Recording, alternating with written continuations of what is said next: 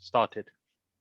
أعوذ بالله من الشيطان الرجيم بسم الله الرحمن الرحيم السلام عليكم. وعليكم السلام السلام ورحمة الله وبركاته. وعليكم السلام ورحمة الله. Khushhali Mubarak to all of you. In the blessed month of Rajab has started. Imam Muhammad al-Baqir, also known as Abu Ja'far, was born in 57th year after Hijrah. He was born in Medina. Imam Baqir alayhi salam is the son of the fourth Imam, Imam Zainul Abidin, and Fatima binti al-Asad, the daughter of our second holy Imam. This makes him a direct descendant of two Imams, Imam Hassan alayhi salam and Imam Hussein alayhi salam. Imam was given the name of Muhammad due to his resemblance with the Holy Prophet sallallahu alaihi wasallam. His title Al-Baqir means the one who splits open knowledge. The fifth Imam was able to publicly teach Muslims and revive the sciences which led to the advanced Islamic sciences taught by the Imam to renowned jurists and masters of both Shia and Sunni traditions. Sunni scholars, including Abu Hanifa and Malik bin Anas, both were students of fifth and sixth Imam. It was under the period of the fifth Imam that Islamic sciences witnessed significant advancements and traditions, and theology of the Shia Imamiyat were able to surface and spread in ways which was not available for other Imams preceding Imam al-Baqir alayhi salam. This is really reflected in the books containing the saying of the holy Imams, in which it can be clearly observed that the Imam and his son Ja'far, our sixth Imam, Imam alayhi salam, have transmitted more narrations, i.e. hadiths, than the rest of the Imam put together. The holy Imam was martyred in 114 after Hijri, bringing the period of his Imamat to close. He left behind clear decrees that he was to be succeeded by his son Imam Ja'far al-Sadiq alayhi salam. Apart from being so knowledgeable and imparting knowledge, the other most prominent quality of Imam Baqir alayhi salam was his clemency, i.e. his forgiveness. The Imam never treated those who wronged him and were aggressive towards him. Rather, he forgave them and treated them kindly.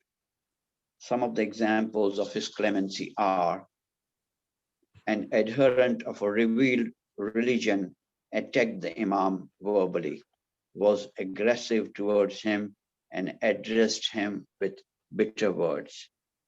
He said, "You are Baqir," meaning cow, because Baqir literally means in Arabic cow. However, Imam treated him kindly and said, "I am Baqir." The adherent went on attacking the Imam, saying, "You are son of a cook." The Imam smiled at him. This aggression did not excite the Imam like it would do to most of us, and the Imam said, "That's her job." Still, the adherent went on attacking the Imam, saying, "You are the son of a black woman." The Imam did not become angry. Rather, he treated the adherent kindly, saying, if you are truthful, may Allah forgive you. If you are a liar, may Allah forgive you. Look at the standard of the Imam. Are we able to do anything like this or anything nearer to this in this day and age? And the effect of it was that the adherent admired the Imam's high morals that marked the morals of the Prophet. Then he became a Muslim. Salawat. اللهم صل اللهم على صل على محمد محمد وآل وآل محمد. محمد. Among those wonderful examples of his clemency, i.e. his forgiveness, is a Syrian attended his assembly, listened to his lectures, and admired them. Then the Syrian walked towards the Imam saying, Muhammad, I'm afraid of your assembly. I do not love you. I say no one is more hateful with me than you, the members of the house. I know that the obedience of Allah and the obedience of the commander of the faithful is through your hate. However, I think that you are an eloquent man with morals and good utterance. I visit you frankly because of your good manners. However, the Imam treated him kindly. Then the Syrian became righteous. He loved the Imam and followed him. He became a friend of the Imam till death came to him. Thus he asked Imam to pray over him. Through these high morals, the Imam followed the example of his grandfather, Imam Hussain, and the martyr of Karbala. The apostle, may Allah bless him and his family, who could, with his standard morals, bring the hearts together, unify the feelings and sentiments, and make the people follow the word of monotheism while they had been groups and parties. Each party is rejoicing in that which is with that. Again, among high morals of the Imam was that he glorified the poor and raised their position, lest the people should see the abasement of the need on them. History clearly states that he ordered his family not to say to the beggar, beggar, take this. Rather, he ordered them to say, servant of Allah, you are blessed. Imam also ordered his family to call the beggars with their best name. Surely these are the morals of the Prophet, who came to make man high, to supply him with glory and dignity, and to save him from submission and abasement. Now we'll talk a little bit about Imam's disciples, i.e. Imam's followers. Our fifth Imam, Muhammad al-Baqir, is known as the first Shia Imam who engaged in the systematic teaching. He was living in Medina. However, most of his disciples, followers, were in Kufa, some others in Makkah and Basra. This was the case in spite of the fact that we should not forget that these were primitive days. We are talking about something like 1200, 1300, 1400 years ago. And at that time, communication system was not sophisticated as we now have. No airplanes, no cars, no computers, no Wi-Fi. Traveling was done on camels and horses, and letters were sent via messengers. In spite of that, Imam had such a big following.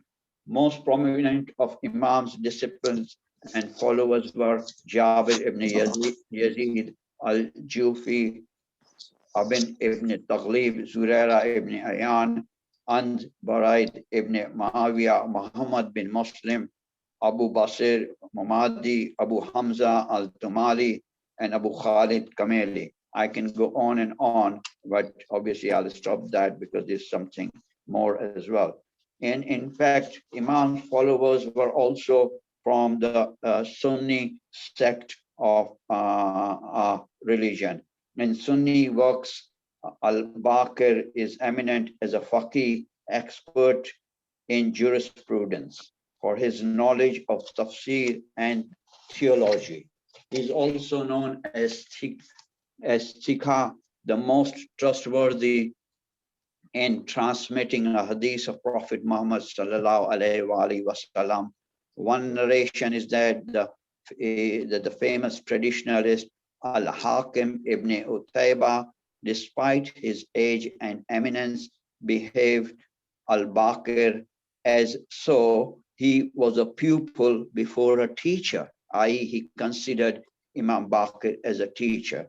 Muhammad ibn al-Munqadir says that he had not seen anyone who excelled so much, who excelled Imam Zainul Abidin alayhi salam until he met Muhammad al-Baqir. Let us all follow the virtues and characteristics and good values of Imam Baqir alayhi salam. And in summary, let us all gain and impart knowledge, meaning knowledge of Quran and that given by our imams. Try to forgive others and actually literally forgive others. Show high morals, show patience, humility without any pride and without any arrogance. Show respect for the poor and the needy. Never humiliate and belittle anybody, because in our judgment, that person may be poor or needy in terms of money, but maybe he is better than us in the eyes of Allah. We are nobody to judge. We, as we saw in our tafsir today, and we normally discuss, that it is only our taqwa, our deeds, which will take us to Jannah and which will please Allah subhanahu wa ta'ala. So we need to follow Quran, follow Ahl-e-Bayt, and improve on our taqwa, and always remember that we have to die one day. We live in a temporary world, and by following Quran and its tafsir and imams, we will obviously be guided towards pleasing Allah Almighty. And I'll end this talk of mine with the salawat. Allahumma salli ala Muhammad. اللهم صل على محمد وآل Ali محمد. Muhammad, Ahsan, Jazakallah khair al-jaza for this nice talk, mashallah. Very brief and concise, and to the time as well. It shows your experience, mashallah, giving a lot of talks and very prompt. Alhamdulillah. So just for the mu'mineen, that for next Saturday, if you don't mind, if you remember that we had this workshop with Sheikh Nuru, and we said we'll have a second one. So if you agree, inshallah, and Sheikh